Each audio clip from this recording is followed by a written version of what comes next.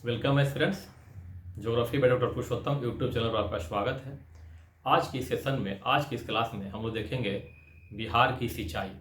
एक बहुत ही महत्वपूर्ण टॉपिक है। जिस प्रकार से एनर्जी को लेकर के, इलेक्ट्रिसिटी को लेकर के लोगों को प्रीलिम्स की परीक्षा में कन्फ्यूजन हुआ करता है, इवन कि इससे संबंधित मेन से भी क्वेश्चन होते हैं, दिक्कत होती है, उसको मैंने यहाँ पे अपने तरफ से भरसक कोशिश की है कि आपके लिए उसको सुविधाजनक बना दिया जाए।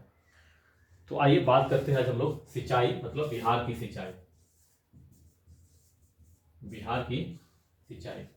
अब बिहार की सिंचाई से क्वेश्चन क्या किस प्रकार से आते रहे हैं या आने की संभावना आगे रहेगी।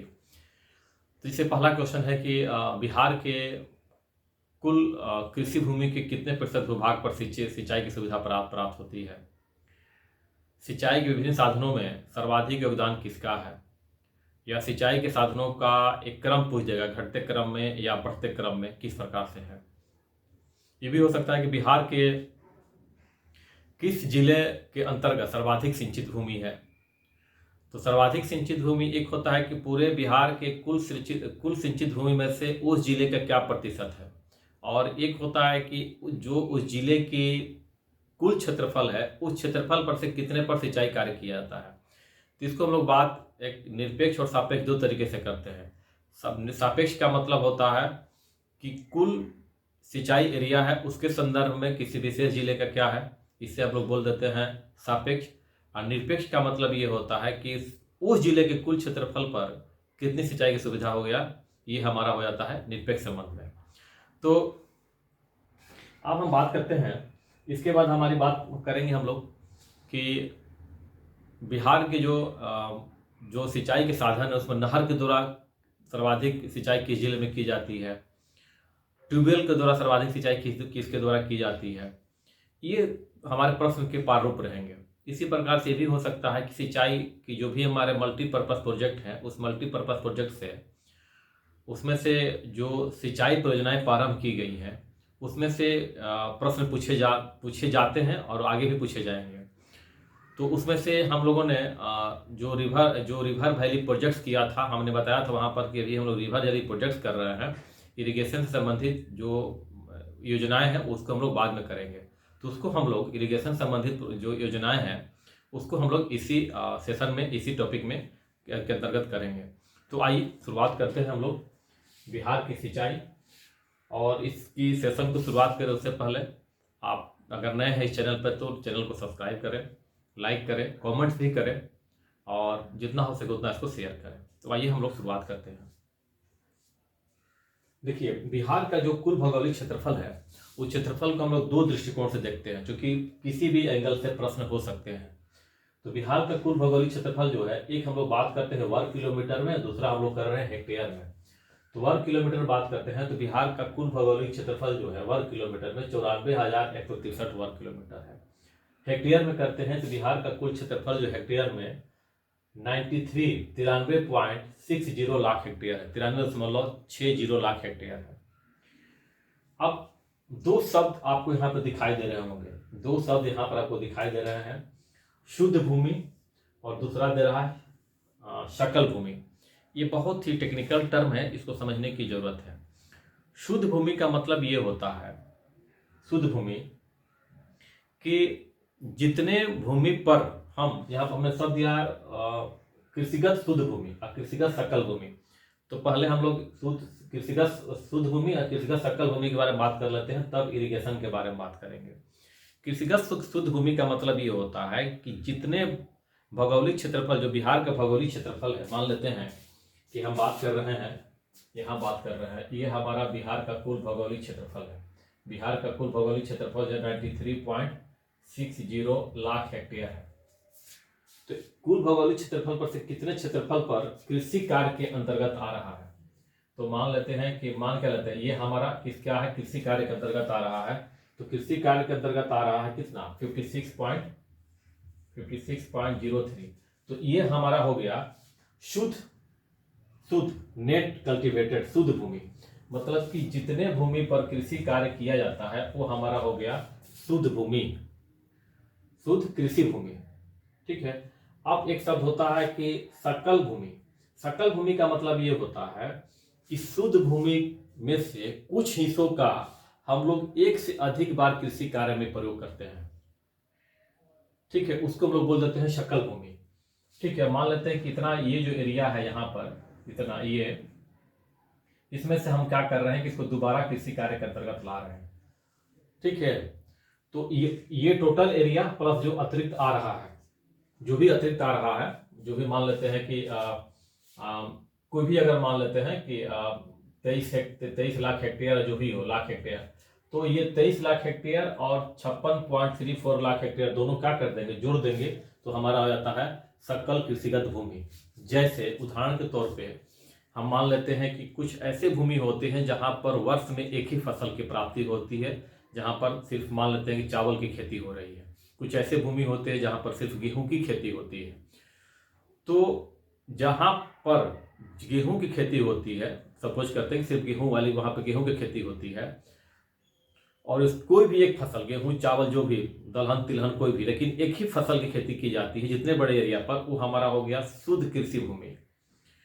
लेकिन दलहन चावल गेहूं जो खेती की रही एक ही बार किया जा रहा है, उसके साथ साथ साल के अन्य मौसम में अन्य फसलों का उत्पादन अगर किया जाता है, और जितने भूमि पर उत्पादन किया जाता है वो कुल भूमि में ऐड कर दिया जाता है, तो हम लोग बोल देते हैं सकल भूमि। जैसे इसको इस तरह से समझ सकते हैं कि कहीं पर सिर्फ रबी की ही पैदावार होती है, खरीफ की नहीं होती है। ठीक है, तो इस प्रकार तो जो रबी और खरीफ दोनों को मिलाएगा तो हमारा क्या हो जाएगा, सकल भूमि हो जाता है। क्या होता है, सकल भूमि। ठीक है, तो अब हम बात करते हैं उसी संदर्भ में, यहां पर भी एक प्रसंग है, इसको ध्यान समझिएगा। तो ये हमारा शुद्ध कृषिगत भूमि कितनी हो गई, 56.03 लाख हेक्टेयर। ठीक है, ये परसेंटेज में कितना हो जाएगा हमारा, चूंकि अब इसको परसेंटेज निकालेंगे इसमें, चूंकि इतना बिहार का भौगोलिक क्षेत्रफल है, इतने में से इतने पर कृषि कार्य किया जाता है।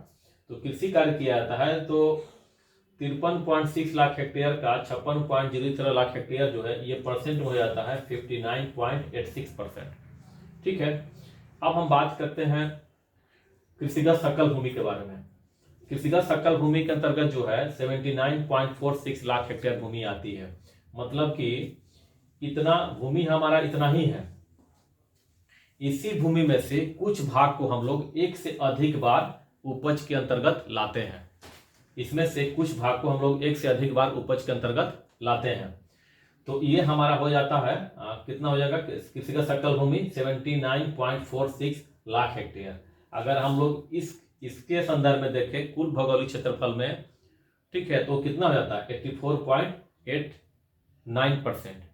अब कितना जो लाख हेक्टेयर भूमि हो अतिरिक्त है, आइए इसको हम लोग डिवाइड करके देख लेते हैं। मान लेते हैं कि ये कितना है 79.46, इसमें से घटा दीजिए 56.03। ठीक है, अगर इसमें से घटाते हैं तो कितना, तो इसमें से इसको घटाएंगे 79.46 में से 56.03 घटाएंगे तो ये हमारा हो जाएगा 3423 लाख हेक्टेयर, 23.43 लाख हेक्टेयर है। मतलब कि ये जो हमारा नेट कल्टीवेटेड एरिया है, इसमें से इसका ही 23.43 लाख हेक्टेयर भूमि पर एक से अधिक बार कृषि कार्य किया जा रहा है, उसी को इसमें ऐड कर दे रहे हैं, तो कितना हमारा हो जाएगा 79.46। ठीक है, ये एक बेसिक जानकारी थी, समझने की जरूरत थी। अब बात करते हैं, ये तो हमारा कल भूमि के बारे में था, कृषिगत भूमि के बारे में था। अब हम बात करते हैं इसी कॉन्सेप्ट को सिंचाई पर लागू करते हैं। तो बिहार का कुल जो सिंचित भूमि है, शुद्ध सिंचित भूमि, ठीक है, शुद्ध सिंचित भूमि हमारा है वो है 33.51 लाख हेक्टेयर, 33.51 लाख हेक्टेयर।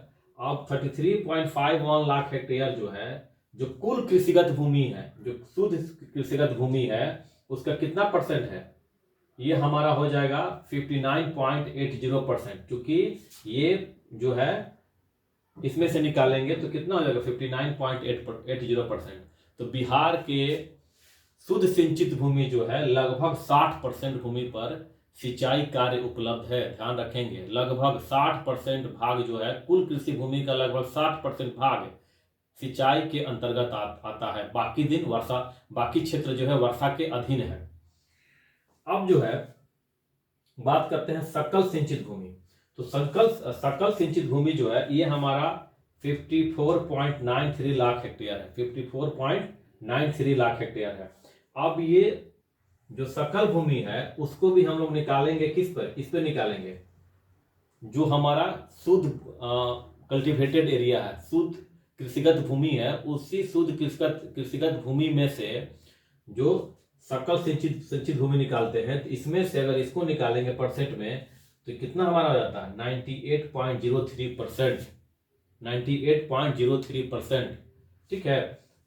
तो हमारे यहाँ शुद्ध जो सकल सिंचित भूमि है वो सकल सिंचित भूमि जो है लगभग 98% है, जबकि लाख हेक्टेयर में 54.93 है। मतलब कि लगभग जितना कृषिगत भूमि है लगभग उतनी ही भूमि पर सकल के अंतर्गत सिंचाई कार्य उपलब्ध है, लेकिन शुद्ध के अंतर्गत 59.80% है। इस कॉन्सेप्ट को आप दिमाग में रखिएगा। प्रश्न में पूछता है शुद्ध सिंचित एरिया, सकल सिंचित एरिया, ये प्रश्न रहते हैं और इस कॉन्सेप्ट में लोगों को बहुत ज़्यादा दिक्कत होती है, इसीलिए मैंने यहाँ पे इसको क्लियर करने की कोशिश की। अगर कोई उलझन होती, कोई समस्या होती है तो आप कमेंट कीजिएगा, मैं एक अलग से भी इस पर वीडियो बना दूंगा, ठीक है। लेकिन आप इसको अगर समझ गए तो अच्छी बात है।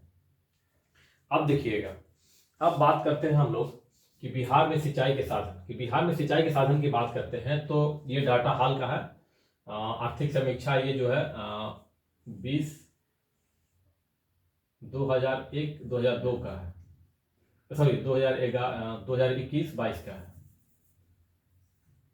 2021-22 के अनुसार, आर्थिक समीक्षा के अनुसार बिहार में नहर के द्वारा सिंचाई जो है वो होती है लगभग 30% भाग, मतलब कि 30.20। ये सारा डाटा जो है परसेंट पे।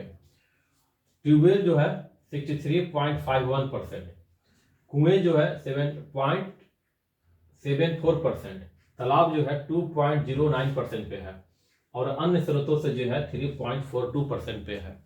तो अगर हम बात करें कि बिहार में सर्वाधिक सिंचाई किसके द्वारा की जाती है तो दिख रहा है कि किसके द्वारा होती है, नलकूप के द्वारा सर्वाधिक सिंचाई कार्य किया जाता है। उसके बाद सिंचाई कार्य में नहर का योगदान है। उसके बाद हम बात करते हैं तो अन्य साधनों का है, उसके बाद तालाब का है, ठीक है। तो मुख्यतः जो है हमारे यहाँ 94% जो पूरा है, लगभग 94% सिंचाई जो है वो तालाब और नहर के, नलकूप और नहर के द्वारा ही कर जाता है। बाकी की भूमिका बहुत ही नगण्य है। अब हम बात करते हैं, रैंकिंग भी ध्यान रखेंगे, पूछता है ये। अब है कि बिहार में जो जिले हैं 38 जिले, उन जिलों में से कौन से जिले के कुल भौगोलिक क्षेत्रफल पर सर्वाधिक सिंचाई कार्य उपलब्ध है। उस जिले के संदर्भ में, उस जिले का जो कुल भौगोलिक क्षेत्रफल है, उस भौगोलिक क्षेत्रफल पर सर्वाधिक सिंचाई सुविधा किस जिले में है। तो ये हमारा हो जाएगा अरवल के 86.85% भाग पर सिंचाई सुविधा उपलब्ध है। उसके बाद रोहतास है 83.07% भाग पर सिंचाई सुविधा उपलब्ध है। जमुई के 75.09% भाग पर सिंचाई सुविधा उपलब्ध है और बक्सर के 74.44% भाग पर सिंचाई सुविधा उपलब्ध है। तो ये रैंकिंग याद करेंगे, अरवल याद करना है, लेकिन नीचे के भी 2-3 क्रम को आप ध्यान से रखेंगे। अब हम बात करेंगे कि विभिन्न साधनों के द्वारा, नहर के द्वारा, नलकूप के द्वारा या तालाब के द्वारा किन किन जिलों में सिंचाई का क्रम क्या क्या है। मतलब कि सिंचाई नहर के द्वारा सर्वाधिक सिंचाई किसके द्वारा की, कहाँ होती है, नलकूप के द्वारा किन जिलों में सिंचाई होती है। आइए उसके बारे में हम लोग बात करते हैं। बिहार में नलकूप से जो सिंचाई किन किन जिलों में किस प्रकार होती है, नहर के द्वारा और तालाब के द्वारा यहाँ दिखाया गया है। और यहाँ नलकूप के द्वारा, ट्यूबवेल के द्वारा सिंचाई की गई, जो दिया गया है वो नलकूप के द्वारा बिहार में अगर 100% एरिया कवर करता है, नहर के द्वारा कुल सिंचाई अगर 100% का एरिया का है और तालाब द्वारा अगर 100% का है, तो उस 100% में समस्तीपुर की क्या भूमिका है, 100% में नलकूप की क्या भूमिका है, नहर की क्या कैसे और तालाब की कैसे क्या है।